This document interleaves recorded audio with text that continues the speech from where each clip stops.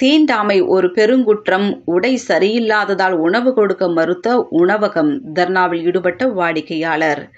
தொடர் சர்ச்சையில் சிக்கும் நித்ய அமிர்தம் உணவகம். திருவள்ளூர் நகரில் அமைந்துள்ள நித்ய அமிர்தம் என்ற உணவகத்தின் திருவலங்காடு பகுதியை சார்ந்த முன்னாள் தலைவரும் வழக்கறிஞருமான அனல் சேகர் அவர்களின் மகனும் வழக்கறிஞருமான விஷ்ணுவரதன் என்பவர் உணவருந்த சென்றுள்ளார்.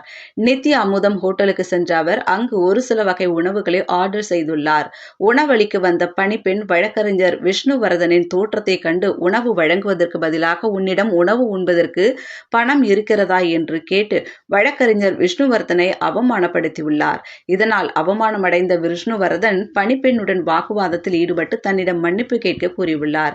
அதனை ஏற்க மறுத்ததால் ஹோட்டல் முன்பு அமர்ந்து தர்ணா போராட்டத்தில் ஈடுபட்டுள்ளார்.